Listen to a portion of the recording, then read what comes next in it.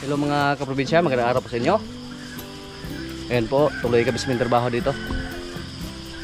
Magkuha kami ng kumpay. Doon kami magkuha. At ipahila na natin ng karusa. Si Palo at si Jean, andun na.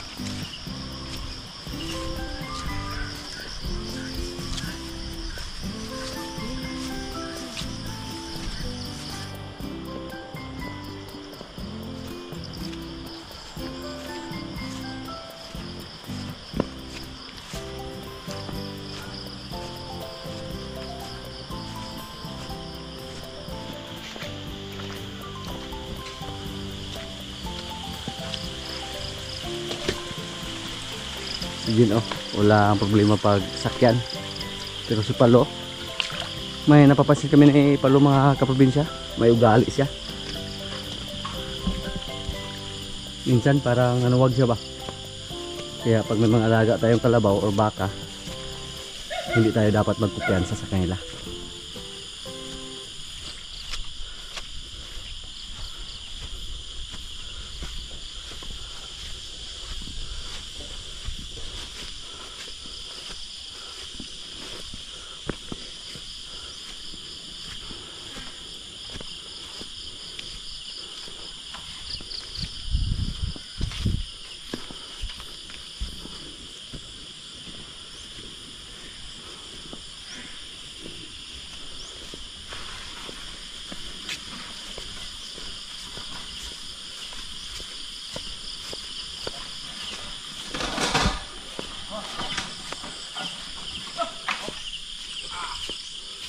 Saan to?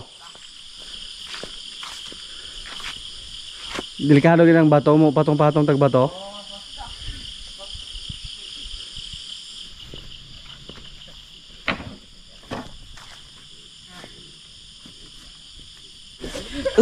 Saan ano ka? Uro na magsinog baboy.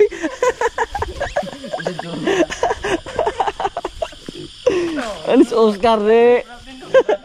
Pinati mo na?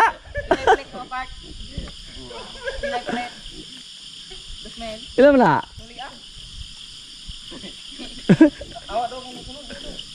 Baboy po yan ng aming kapitbahay dito mga kaprobinsya. Hindi mailap pwede nakawin.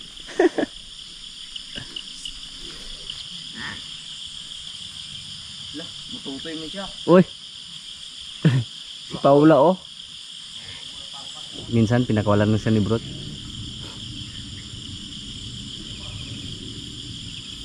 Si Paluma.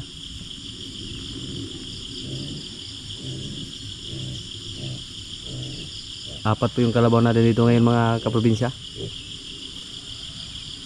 Isang lalaki, 3 babae. Hinanap na ni Paula si Paluma.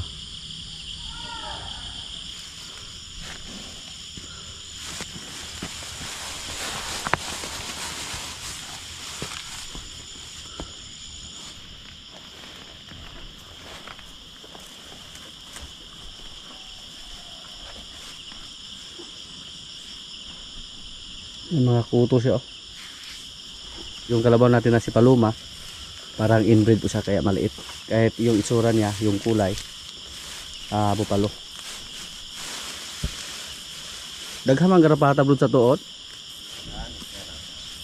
Sprihan ng pan. Basta nas Laguna sa mura daghamang kay libunan ng Laguna. Pag maibenta natin siya, bibili tayo ng magandang klase, yung mas maganda pa sa kanya kung sakali. Kani tuluan na to, ano mo tuluan naman pa gamaan na to karosang jojo.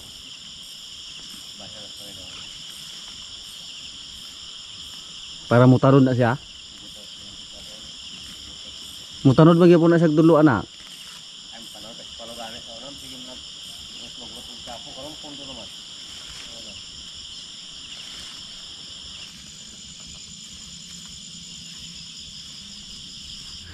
Si Jean kahit hindi siya nabuntis mga kaprobinsya, wala kaming balak na ibinta siya.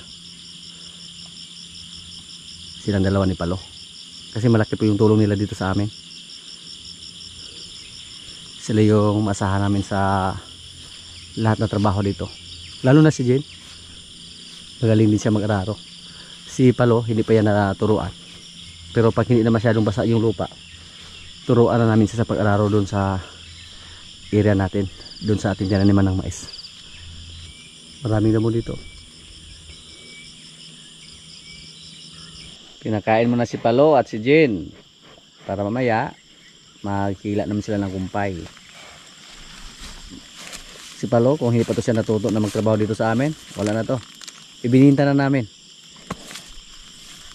Wala kasi siyang kumain ng kupramel. Pero hindi na namin siya tuluhan sa pagpakain. Baka tumaba ng husto ba. At matulad siya kay Pogi na ayaw na kumasta. Si Jen, 2 taon na kami naghintay sa kanya na mabuntis. At ngayon, hindi pa rin siya nanganak at saka hindi naman siya naglandi ulit. So, ang tawag dito sa amin, amasog. Amasog na.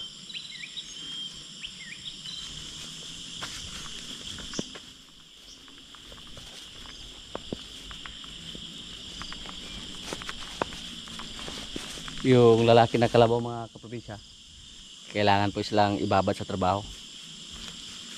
Kasi pag hindi na rin sila patrabahoin, maging agresibo sila. Minsan nanuwag. Tapos pag makakita ng ibang kalabaw na lalaki, gusto makipag-away. Pero pag babad sa trabaho, wala yan. Matamlay yan. Tapos maging mabait. Hindi na sila makiisip ng iba basta pagod sila.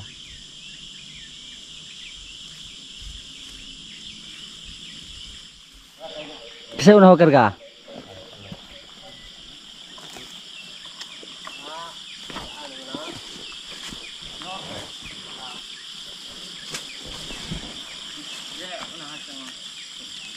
To yung baboy dong oh.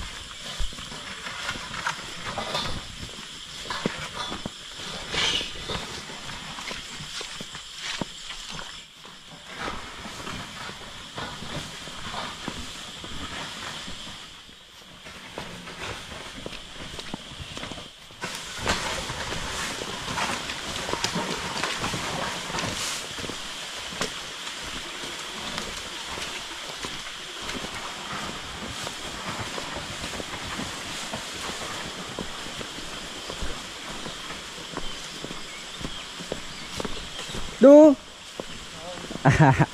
Lamig ka to sa aming gabi dong. Lamig isa. Bergebaga atau jimo.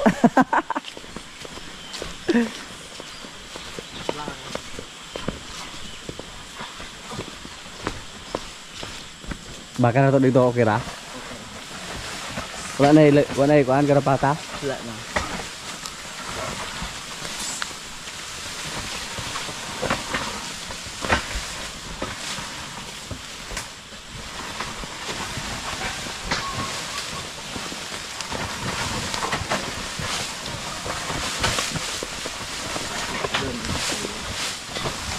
Diyos Palo sa. Talo niya si Jin sa palakasan. Talo kay Palo.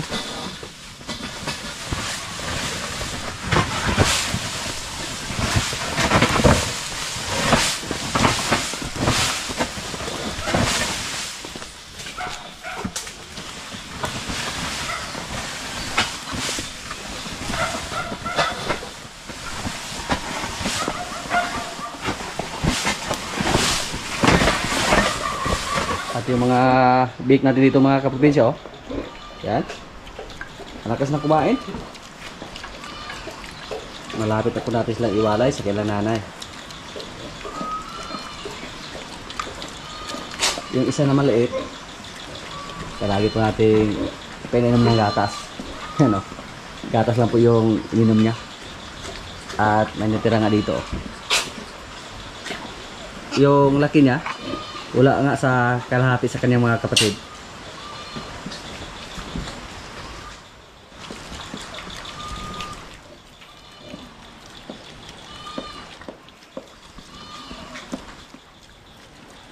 Mga ilang araw mula ngayon, iwalay na po natin sila.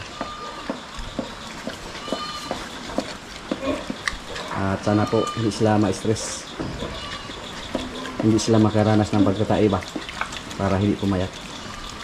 Pero yung mga big natin, mula nang pinanganak sila, hindi naman sila nakaranas ng pagkatae. Yan po ang maganda mga kaprobinsya. Tuloy-tuloy yung paglaki nila.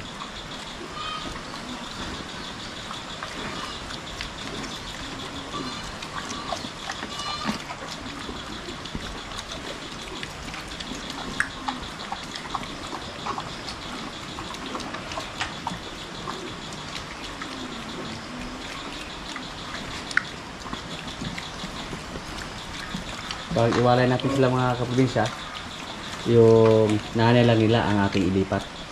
Tapos tanggalin natin yung mga harang gano'n. Pag iwalay na natin sila.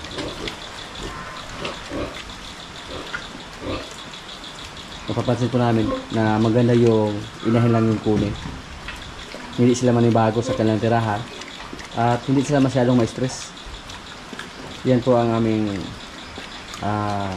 experience dito. At hindi sila umiyak masyado. Hindi katulad pag sila yung ilipat natin o sila yung kunin natin, ilagay sa ibang kulungan, mag-iyakan yung mga bake natin.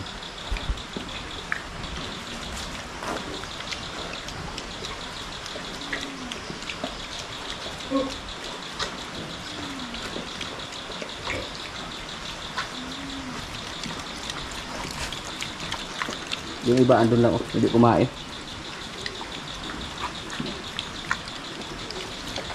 Busog siguro yan. Bahala ko po na magpili tayo ng duit para gawin natin inahin. Yung anak sa ating inahin dito. Para hindi mawala yung similya natin na galing sa Area 1.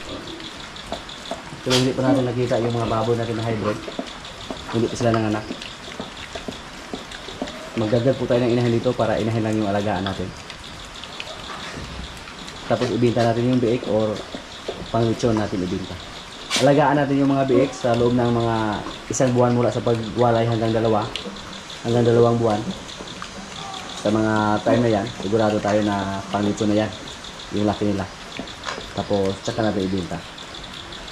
Pero pag may gustong bibili ng biik, pwede naman. Basta maganda yung presyo. Yung barako natin na sinatso, yan. Yung itlog niya hindi magkapareha yung laki. Parang epekto siguro yan nung nagkasakit siya.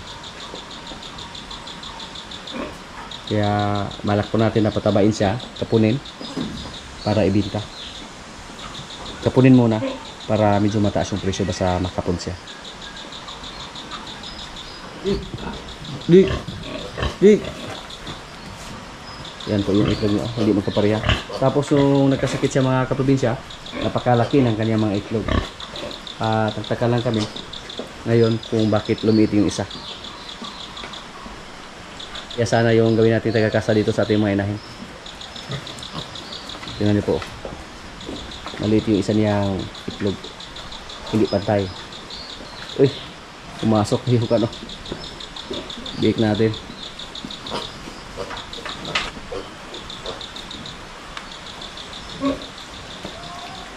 At yung baboy natin na malapit ng mga anak,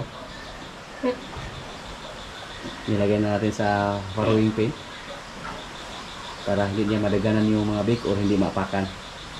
Tapos ngayon, nag-order po tayo ng 2 farrowing pen para sa ating 2 baboy dito na malapit na din mga anak. Ito, araw na lang din yung binibilang dito. Mga anak niya. Yan po ang ating hybrid na baboy. Nilagyan lang namin ng brace yung kanyang paring pin kasi hindi pa yan hindi pa natin nalagay. Nauna po yung flooring sa ating tulungan. May mga bracket po yan para sana ikabit yung natin, yung ating paring pin. Pero kailangan po natin isiminto ulit yung kanilang flooring para mailagay yung bracket sa ilalim para hindi na ganyan tingnan. Pero okay lang naman yan kasi sa loob lang yan ng isang buwan. Pag manganak sila, pag mawalay na yung abik niya, tanggalin naman natin yan yung ating paruing pin na nilagay. Siya po yung kasunod. 4 or 5 lang yung agwat nila. Ilagay din natin siya ng paruing pin pag matapos yung pinagawa natin. Yung tiyan niya mga kaprobinsya, klarong klaro na. Siguro mga 5 araw mula ngayon. Anak ko to. Yung baby niya. Huwag ka mga Ilan kayo yung big sa ating mga baboy dito? Pero ito, hindi po ito nanganak ng marami. Nasa 7 hanggang 9 lang yung anak niya. Tingnan natin ngayon pag siya yung mga anak, ilan kaya yung biik niya. At ito po yung pinakahuling mga anak. Excited po tayo dito mga kaprobinsya. Mga anak yung mga baboy natin para malaman natin kung ilan yung mga biik sa ating mga baboy. Pag mga anak yung baboy natin dito na mga hybrid, magpili din tayo ng biik. Yung babae, gawin nating inahin. Piliin natin yung maraming didi. Marami po nagsasabi or may narinig po tayo na hindi daw magandang alagaan yung anak ng una nating baboy. Dapat daw ibinta or hindi magandang gawing inahin. Pero depende lang siguro mga kaprobinsya sa mga naniwala ng mga pamahiin. Pero sa akin po, disclaimer lang po, hindi pa po naniwala ng ganyan. So hindi ko alam kung ano yung explanation nila kung bakit hindi pwedeng alagaan or hindi magandang alagaan yung mga unang anak ng kanilang baboy na nilagaan.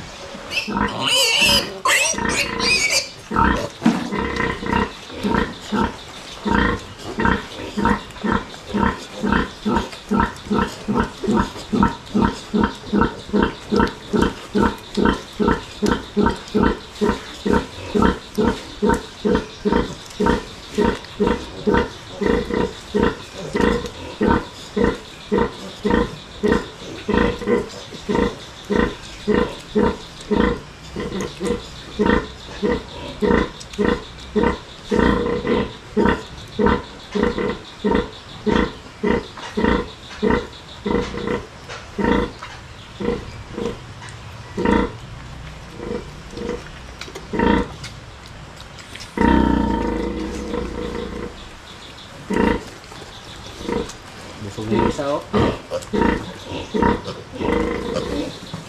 Hindi pa nga tumayo yung nanay nila, pero sila na yung uminto sa pagdidis.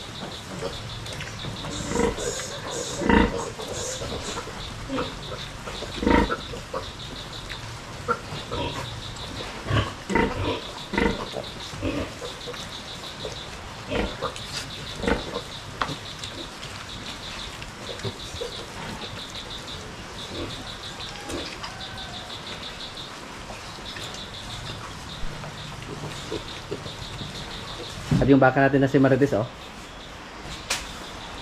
Mamaya, pag tuloy-tuloy na yung panahon natin na mainit, ulan na ulan, ilabas namin sila dito. Matapang to sa atin, si Bitan.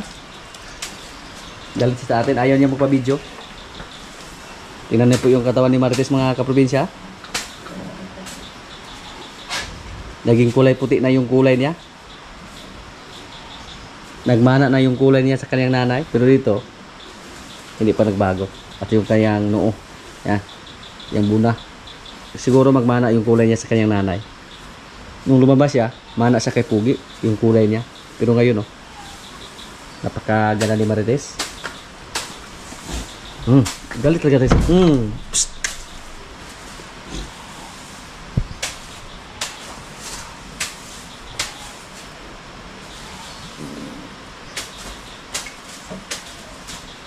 Napakaganda niya tingnan, oh. Marites. Yes.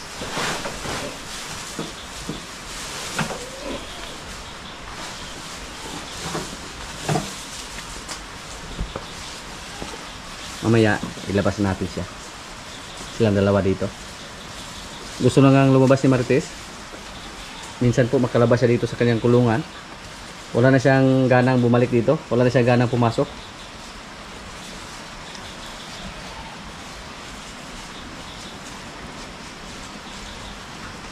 Yes.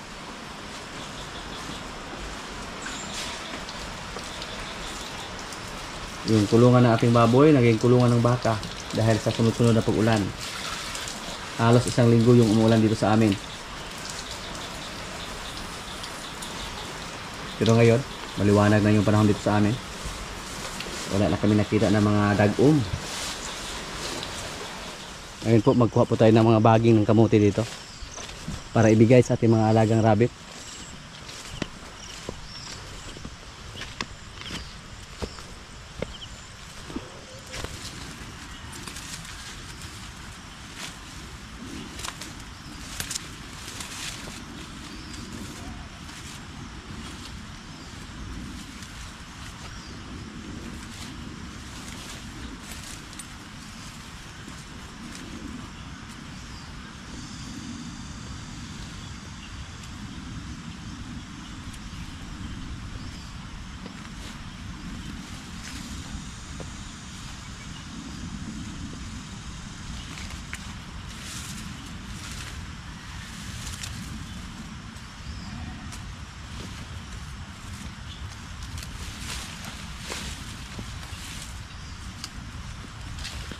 Yung iba nating rabbit mga kaprobinsya, hindi po sila sinwerte sa mga nakaraang araw kasi palaging umulan dito sa amin. Yung mga maliliit na rabbit namatay lang, yung nasa ilalim ng hukay. Yan, oh. Paborito lang kainin yung mga kuan, mga kamuting baging, pati yung kangkong. At yung mga anak na mga kaprobinsya na namatay, yung nasa loob ng hukay nila. Napakahirap kukunin yung mga anak nila at hindi po namin nalaman kung alin sa kanila yung nanganak. Dati po yung ginawa namin, pag malaman namin na buntis, nilagay namin sa kulungan. Pero ngayon na medyo marami po sila, hindi po namin makita kung sino sa kanila yung buntis. Kaya yung iba, pag hindi namin mapansin, nasa loob ng hukay ng anak, okay lang sana pag tag-araw or tag-init. Pero ngayon, nagkataon na nanganak sila, tapos palagi yung umulan, halos 1 linggo yung ulan. Ang nangyari po, hindi nakasurvive yung kanilang mga anak. So napakasayang. Marami po nagsabi na lagyan ng bubong yung kanilang mga hukay. Pwede naman sana mga kaprobinsya, pero malaki yung gastos natin dyan. Kasi paggawa natin ng malaking kubo dito, may maliit, oh. Yan po ang isa sa mga nakasurvive. Pero yung kadalasan na mga maliliit pa, na mga wala pang balahibo or kakaanak pa lang, namatay lang, naagnas lang sa loob ng mga hukay nila. Siguro marami po yung andyan, kinuha na sa ating mga kasama dito kasi naagnas na at naging mabaho na yung mga anak nila sa loob. Pag maglagay tayo ng bubong dito or lagyan natin ng bubong yung area natin dito, malaki po yung gastos natin kasi kailangan po natin ng malaking kubo para sa ating mga rabbit. Sila yung mga nakasurvive kasi medyo malaki na at pag may malakas na ulan, pwede na silang lumabas sa hukay nila at sumilong sa kubo nila na maliit yan. Pero yung iba na mga maliit pa lang, hindi pa makalakad or kakaanak pa lang, hindi nakasurvive, namatay po yung karamihan sa ating mga maliit na rabbit. At may mga rabbit pa tayo dito sa kulungan, oh. Sila po yung nilagay natin dito habang buntis yung inahin. Yan. At may bagong anak din dito, oh. Yan. Yung dito, pwede natin iwala yung mga rabbit na yan kasi malaki na. Yung mga rabbit natin dito, sa sunod, sikapin lang namin na malalaman namin kung alin sa kanila ang buntis. Lalo na pag tag-ulan, para mailagay namin sa kulungan at doon sila mga anak sa kulungan. So pag may ulan, at mga anak sila, maisalba po natin yung mga anak nila. Sa ngayon po, marami tayong kulungan ng manok dyan na walang laman, mga kulungan ng sisiw. Kasi wala pa tayong mga manok ngayon, kakaunti lang yung mga sisiw natin dyan. So pwede natin yung lagyan ng mga rabbit. Mga kaprobinsya, kaya na po. Ito yung pagkain namin, oh. Bihon. At saka may natira pa kaming samyang kagabi. At yung paksiw, litsong paksiw na pabo. May kanin. Lord, maraming salamat sa pagkain. So, kain na.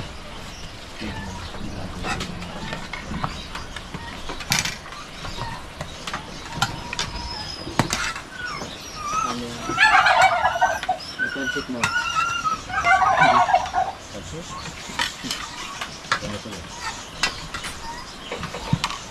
Ito.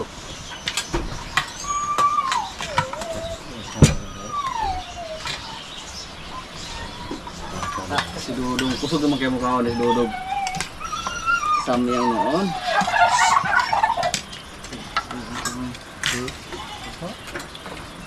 Gabi nang si Dudong kakaog samyang kakain. Uyaw yun ay ito. Hindi, si Ala ka.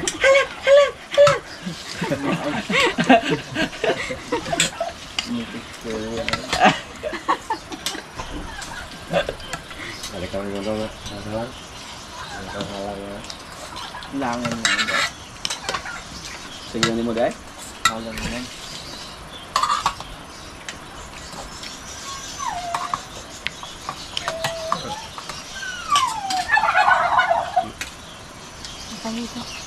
Siguro sa. Dito dai. Ay. Oh, apa? Yung mga kasama natin, oh, naging paborito nila yung samyang.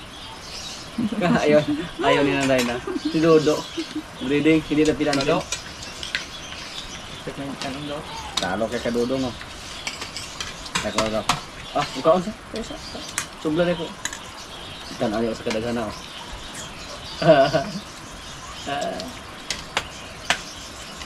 Wala ba ka gipilit na ako doon, ha? Gipilit ka na ako. Pugos ka. Hindi lang ka mukha, oh. Ka? Hindi ko kayo pinilit na kumain ng samyang. Yung samyang mga kaprobinsya, pampagana to ng kain.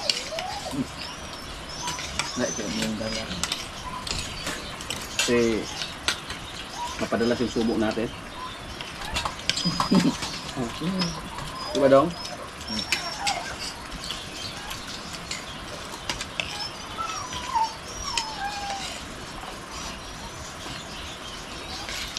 Kaya yan.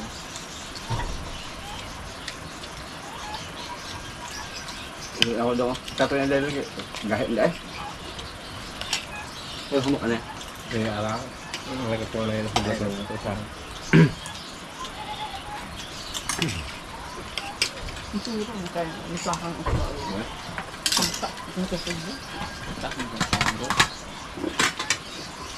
Pero marag di naman kailang sudanin na samyang sa. Di na kailang sudanin na samyang. Ramai orang.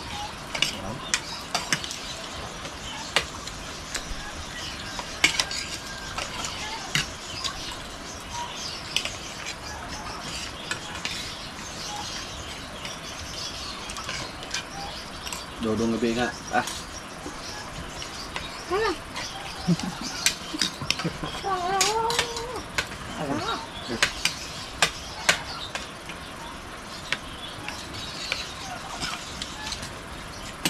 Taong isang mahal na, duot isa. Coba itu kan karena sama sama. Ramai. Naman. Nah ini yang ramai berarti. Ini.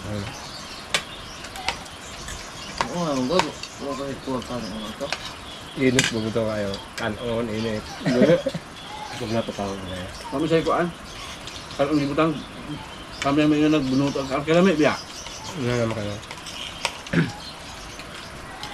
Kung makalikot ka ang gold, Pakali ha.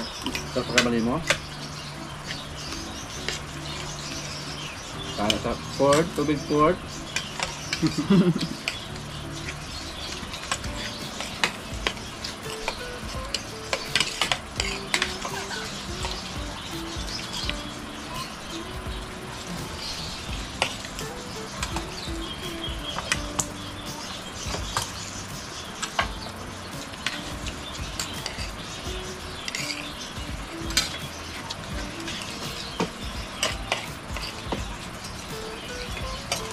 Inutot ko gabi ng gawa juga. Yung gawas na magsunod. Agol. Sigla ba gabi nang? Sunod yun. Kaya ganun. Hindi naman halang ko. Mura bang nahupalit ang kahalang? Nawala ang muglaw.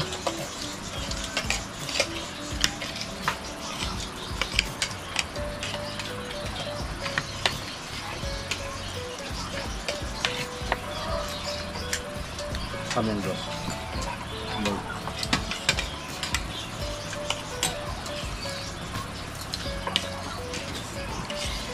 Alam niya. Ang dagang ko dito.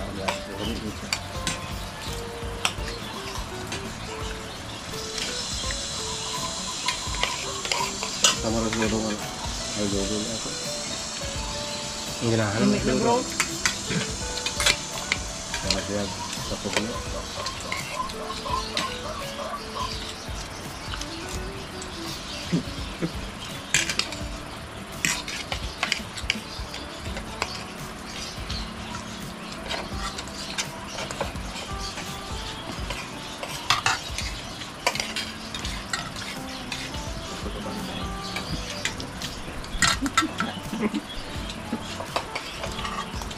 Sana mabuhay ka kabangon.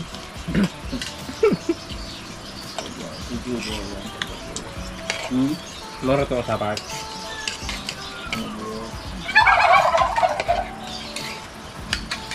Wala ka ng kadiling sa. Wala ka ng kadiling. Yan lang muna ang mga kaganapan dito sa amin mga kaprobinsya at maraming salamat po sa palagi niyong pagsubaybay sa aming mga video. Maraming salamat din sa ating mga salang viewers, sa mga kaibigan natin na nasa bansa na palagi nanonood, sa mga palagi nag-comment, sa mga likers. Maraming salamat po. Shout out muna sa ating mga kaibigan dyan. Shout out kay Sir Norman Pulikit. Shout out kay Raymond Villaflor from Cebu City. Shout out kay John Mark Krautraot. Shout out din na Andy and Edith Soriano and family from Marikina City. Shout out nila Jane, Esther, Grace at Lynette Salva from California. Shout out Air Force Farmer, Kuya Bro Vlog from Tabugon, Cebu. Shout out kay Arman at sa kanyang anak from Saudi Alcobar, KSA. Greetings from Bisinta, Panganiban. Shout out kay Roger Duay. Shout out kay Edward Sinahon from Quezon City, Manila. At sa mga hindi ko po na shout out na lang po sa lahat at maraming salamat po.